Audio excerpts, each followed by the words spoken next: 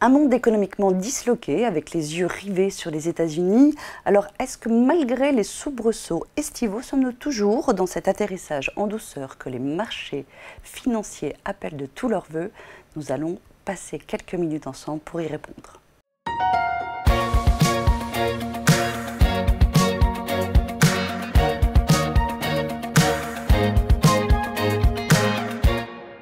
Pierre Barral, bonjour. Bonjour Caroline. Alors, je n'aurai qu'une seule question. Pierre, comment va le monde aujourd'hui? Écoutez, si on le regarde sous l'angle des États-Unis, le monde va plutôt bien aujourd'hui. Et vous l'avez dit tout à l'heure, les yeux rivés sur ce pays, ce grand pays qui aujourd'hui montre en fait une croissance qui commence à ralentir, qui ralentit, mais qui ralentit peut-être moins vite que ce que beaucoup craignaient, c'est-à-dire de ralentir suffisamment rapidement pour tomber dans une récession. Or, ce n'est pas du tout le cas. Et aujourd'hui, on le voit chiffre après chiffre et mois après mois, même si les États-Unis créent de moins en moins d'emplois, on continue à créer des emplois aux États-Unis. Alors certes, la tendance est en train de descendre, mais ce qui est très intéressant dans la façon dont la croissance américaine ralentit, c'est qu'elle ralentit de manière ordonnée. Donc la Fed ne va pas être obligée d'accélérer sa baisse des taux, elle va pouvoir le faire de façon mesurée? Alors déjà, la Fed va commencer son programme de baisse de taux, de desserrement monétaire.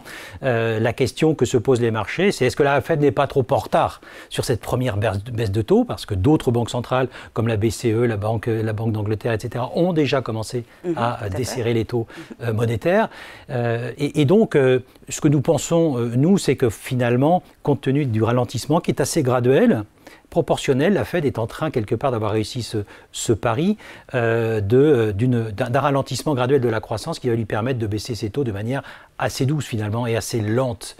On peut s'attendre d'ici la fin de l'année à 2 baisses de taux du côté de la Fed pour ce qui nous concerne, même si les marchés aujourd'hui anticipent plus que ça. Donc on a bien cet atterrissage en douceur. Alors il y a un acteur aussi qui n'aide pas vraiment, c'est la Chine aujourd'hui. Dans ce contexte-là, de ralentissement économique. Est-ce qu'on peut parler aussi de ralentissement économique? Est-ce que c'est pire que ça du côté de la Chine? Ah oui, c'est pire que ça. C'est-à-dire que ce qui se passe en Chine est beaucoup plus grave. Hein. La Chine est plantée. Donc là, on est en fait quelque part dans une désynchronisation des grandes économies mondiales. Et pour ce qui concerne la Chine, en effet, hein, le sujet immobilier, hein, les prix d'immobilier, l'évolution des prix d'immobilier sont toujours négatifs. Et en fait, le consommateur chinois ne consomme plus. Donc on a un vrai problème et on le voit d'ailleurs. La Chine ne consomme plus non plus de pétrole, ce qui entraîne d'ailleurs une baisse significative des prix d'énergie, notamment des prix du pétrole, qui, pour le coup, entraîne une baisse de l'inflation globale dans le monde. Mais pour ce qui concerne la Chine, la situation est loin d'être réglée et on ne pourra pas s'attendre cette année et encore probablement pas l'année prochaine, à quelque chose, à une reprise suffisamment conséquente de ce côté-là. La Chine, c'est vrai que c'est un moteur que l'on attend depuis un certain temps, mais là qui n'est toujours pas démarré, si je puis dire. Et ça a une conséquence directe aussi sur l'Europe, notamment l'Allemagne, dont l'économie est directement liée à la Chine. Aujourd'hui, si on fait un petit récapitulatif également de la situation en Europe, on a l'Allemagne, les autres pays, comment est-ce qu'ils se portent? Est-ce qu'on a ce ralentissement de la croissance? Est-ce qu'on voit des différences entre les différents pays? En effet, l'Allemagne est dans une situation de plus en plus délicate, on le voit jour après jour, hein, tous les chiffres nous le confirment, avec pour ce pays industriel très fort, un client qui est la Chine et qui n'est plus là pour l'aider dans sa croissance. Donc on a sur ce poids lourd de l'économie européenne un vrai problème qui plombe en fait la croissance européenne, qui n'est pas catastrophique hein, aujourd'hui, qui est encore bonne, mais qui a tendance à être impacté négativement par ce qui se passe en Allemagne, par cette croissance allemande, alors qu'en France, on a plutôt de bonnes surprises et on a de surcroît une croissance qui a été... Voilà, une certaine euphorie et une contribution positive et non négligeable hein, de l'effet Jeux Olympiques, et tant mieux, et puis des pays du sud de l'Europe, pardon, voilà, comme l'Espagne, le Portugal, l'Italie même, qui se comportent plutôt pas trop mal. Donc en gros, sur l'ensemble du monde, on se trouve aujourd'hui avec toujours la situation d'une locomotive économique qui se situe toujours aux États-Unis. Voilà, et d'autres pays et d'autres zones comme l'Europe et encore la Chine hein, qui sont derrière et à la traîne. D'où l'importance pour la Fed aujourd'hui de réussir son pari hein, d'atterrissage en douceur de la croissance pour éviter un à-coup trop brutal et du coup un à-coup trop brutal sur la croissance mondiale. Très bien, on va voir dans ce contexte quelles allocations on peut faire aujourd'hui.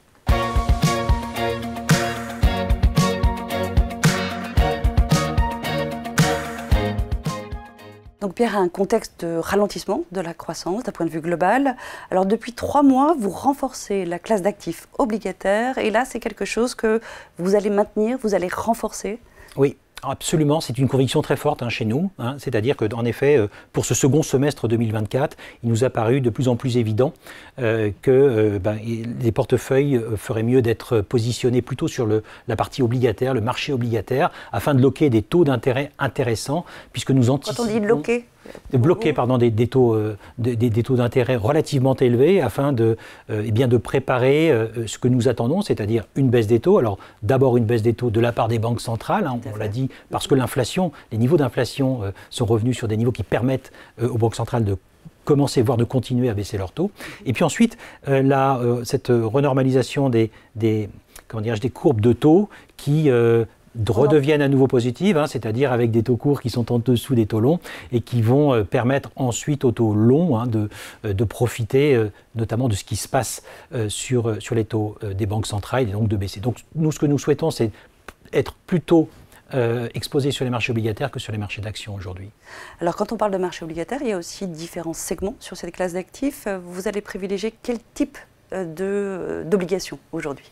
Alors, comme je le disais, les marchés d'actions nous intéressent un petit peu moins aujourd'hui parce qu'ils sont atteints des niveaux suffisamment importants, parce qu'ils sont devenus assez chers, parce qu'ils sont valorisés de manière assez élevée, et que donc, de ce point de vue-là, sur le marché de l'obligataire, on va s'intéresser essentiellement au marché du souverain. Aujourd'hui, nous orientons nos portefeuilles de manière très importante sur les obligations souveraines d'État, émises par les grands États des pays développés, à commencer par les bons du Trésor américain aux États-Unis, et ensuite en Europe, avec des taux qui aujourd'hui continuent à baisser tous les jours. On le voit aux États-Unis comme en Europe, on fait des nouveaux bas presque régulièrement. Donc on est sur une tendance qui va durer longtemps, qui sera sans doute accidentée et difficile. Beaucoup de volatilité aujourd'hui. Avec pas mal de volatilité en effet, mais en tout cas c'est une conviction très forte que nous maintenons dans nos portefeuilles aujourd'hui, donc du souverain et beaucoup moins de crédit dans nos allocations obligataires. Alors si on revient sur les souverains, donc j'entends les bons du Trésor américain, l'Europe, on a parlé de l'Allemagne qui était quand même en difficulté, mais qui reste la locomotive de l'Europe aujourd'hui ou pas? Est-ce que c'est typiquement est-ce que vous êtes discrétionnaire sur l'Europe aujourd'hui ou... Non, globalement, on va aller chercher des taux en Europe, en zone euro, en tout cas en zone émue un peu partout, mais en zone Europe aussi plus largement, et pourquoi pas aussi au UK. On s'intéresse même, au-delà de l'Europe, des États-Unis, aux pays émergents, donc aux dettes émergentes, qui présentent également, selon nous, pas mal d'intérêt aujourd'hui, qui permettront également de bloquer des niveaux de taux d'intérêt très élevés. Donc l'un dans l'autre. Et pour revenir à l'Europe, évidemment, l'Allemagne, les taux allemands, même s'ils sont les plus bas aujourd'hui, nous intéressent particulièrement pour tout un tas de raisons. D'abord parce que l'Allemagne est en train de ralentir très fortement et donc ça va tirer forcément... Donc même si elle ralentit, c'est quand même l'occasion d'investir sur l'Allemagne, c'est ça? En tout cas, d'investir sur des obligations allemandes, puisque évidemment une croissance qui faiblit dans un pays fait baisser les taux d'intérêt, puisque la Banque centrale doit réagir derrière. C'est toujours cet enchaînement-là. Donc si on croit que l'Allemagne n'est pas à la veille d'un redémarrage très fort de sa croissance, il vaut mieux aller acheter de ces obligations. Voilà, sur la France, évidemment, on a toujours ce problème de dette qui est de plus en plus prégnant et dont tout le monde parle de plus en plus. On sera peut-être un petit peu plus prudent, mais on s'intéresse également aux pays du Sud, comme l'Italie, qui peuvent présenter aussi un petit peu d'intérêt dans nos allocations. Donc globalement, en Europe, surtout de l'Allemagne et puis autour des pays de la zone émue. Très bien. Merci beaucoup, Pierre. Merci, Caroline. Donc un ralentissement de la croissance globale, une inflation aussi suffisamment robuste pour que les banques centrales ne stressent pas trop. Et quoi qu'il en soit, un contexte favorable pour les obligations souveraines. C'est la conclusion de cette émission. Merci de nous avoir suivis. À très bientôt.